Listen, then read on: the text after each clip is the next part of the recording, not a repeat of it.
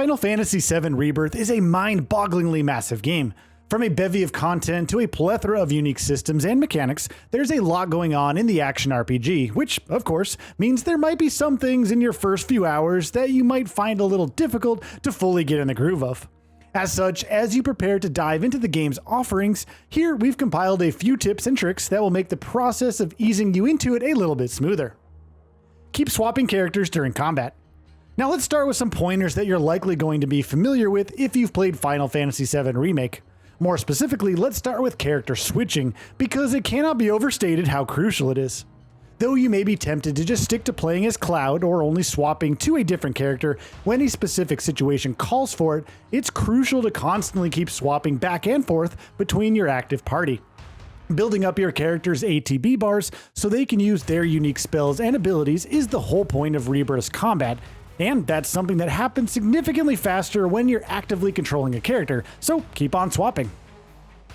Master each character's unique mechanics. It's impressive to see just how significantly playable characters in Final Fantasy VII Rebirth differs from each other, with each coming with their unique playstyles, mechanics, strengths, and weaknesses. And, as you might imagine, understanding those attributes and using them to your advantage is crucial in battle. Tifa, for instance, can dole out special extra powerful attacks in real time with the triangle button, but each time you use the Unbridled Strength ability, which requires an ATB charge, that special move gets powered up, though it also gets reset when you take damage. There's Aerith, who as the healer can be more prone to taking damage, which means smartly using her ward shift ability to maintain distance from enemies and avoid being hit is key.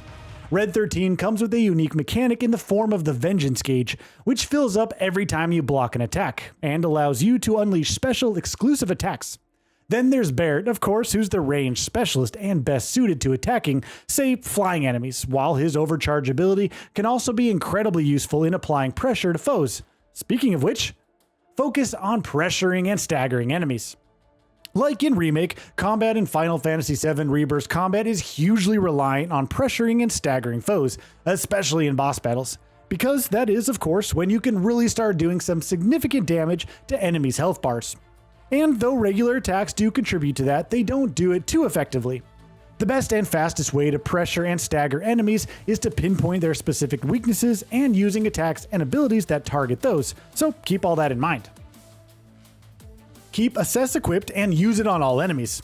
Speaking of pinpointing weaknesses, it cannot be overstated how vital it is for you to have at least one active party member who has the Assess materia equipped.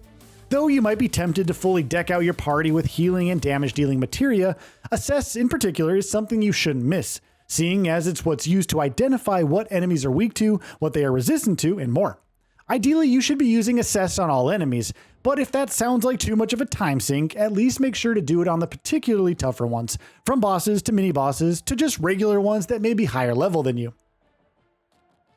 Building towards synergy abilities. Final Fantasy VII Rebirth introduced a new combat mechanic in the form of synergy abilities, where two party members come together to unleash special combo attacks.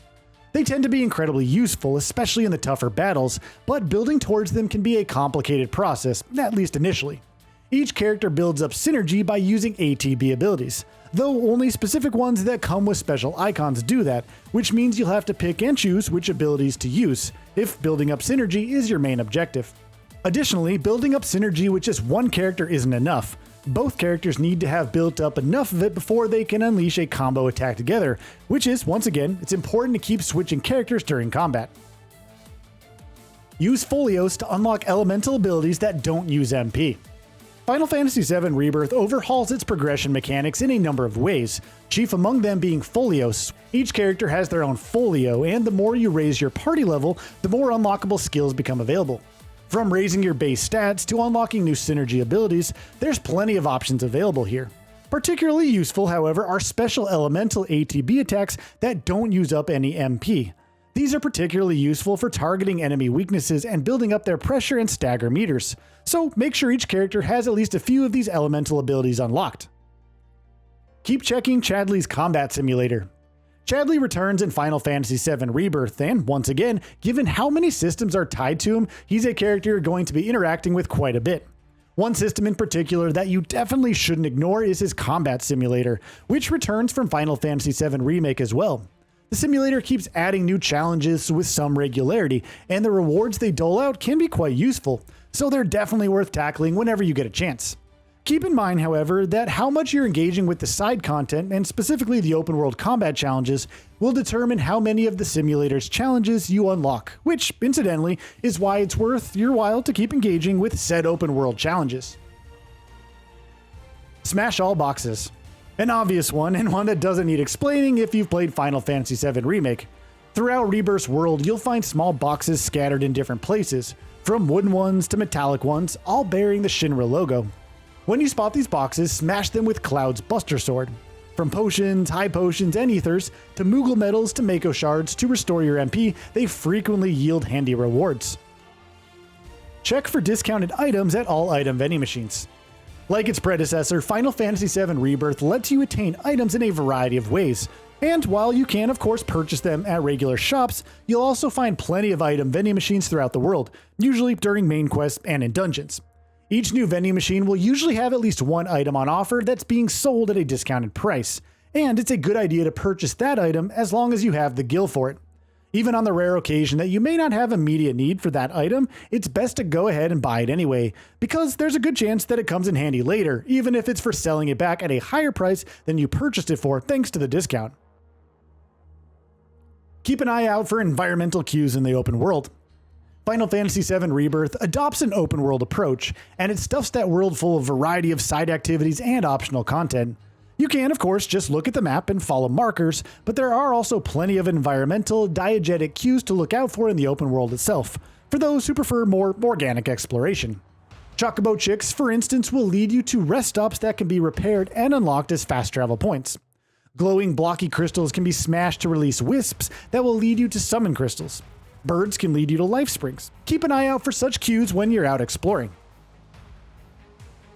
Seek out summon crystals. Those aforementioned summon crystals are well worth keeping an eye out for. Entering each new region unlocks a combat challenge for a new summon in Chadley's Combat Simulator, and though you can take them on as soon as they do, seeking out summon crystals and analyzing their data will allow you to take on the challenge on lower difficulties, making it easier to add that summon to your arsenal. There are 3 summon crystals in each region, and analyzing each unlocks a progressively lower difficulty option. Seek out the Chocobo Stable each time you enter a new region. As soon as you enter into a new region of the world, make it a priority to seek out its Chocobo Stable. Until you do that, that region's Chocobo won't become available to you, which means you're going to have to travel on foot, while you won't be able to do excavation activities and quests either. Additionally, traveling between regions is also possible only at specific points at Chocobo Stables. Check notice boards in towns. Each major town and city in Rebirth's world has a notice board, and though these are usually empty when you first enter a city, more often than not, after making progress in the main campaign, new side quests do become available. Some of these can actually be much easier to miss entirely unless you're picking them up from notice boards, so be sure to check them out every once in a while. Don't ignore the item transmuter. The item transmuter is another one of Final Fantasy VII Rebirth's new additions, and it's one that's well worth investing time in. Using the resources you pick up while exploring the world, you can craft your own items and gear, which, in turn, allows you to save your money for other things. The more new items you craft, the more your item transmuter levels up, which in turn unlocks more and better items to craft. So our recommendation would be to keep using your transmuter whenever you can. Build a solid Queen's Blood deck. Final Fantasy VII Rebirth is brimming with a startling variety of minigames, but Queen's Blood is perhaps the star of the show. You'll be collecting cards and improving your deck throughout your journey, unless of course you choose not to engage with the minigame, though we wouldn't recommend that. And building the perfect deck can be quite tricky depending on the challenge level of the opponent you're facing. While having cards that can cover tiles on the board in a balanced manner is obviously important, it's also crucial to keep an eye on their specific requirements for being played, how much they add to your score, and what kind of unique abilities they may or may not have that affect friendly and or opposing cards. Of course, requirements will vary from game to game, depending on what cards your opponents are playing with, so keep swapping the cards in your deck as and when needed. You can also have multiple custom decks ready to go simultaneously, so if you really get into Queen's Blood, it's a good idea to have multiple decks ready. Also, make sure to keep an eye on any useful new cards or booster packs that you can purchase at certain shops and vendors. So, what are your thoughts on this? Go ahead and share them in the comments below. And if you like this video, please subscribe to the channel and enable all notifications by clicking the bell icon to get new video updates. We upload every day and would really appreciate your support. Thanks for watching.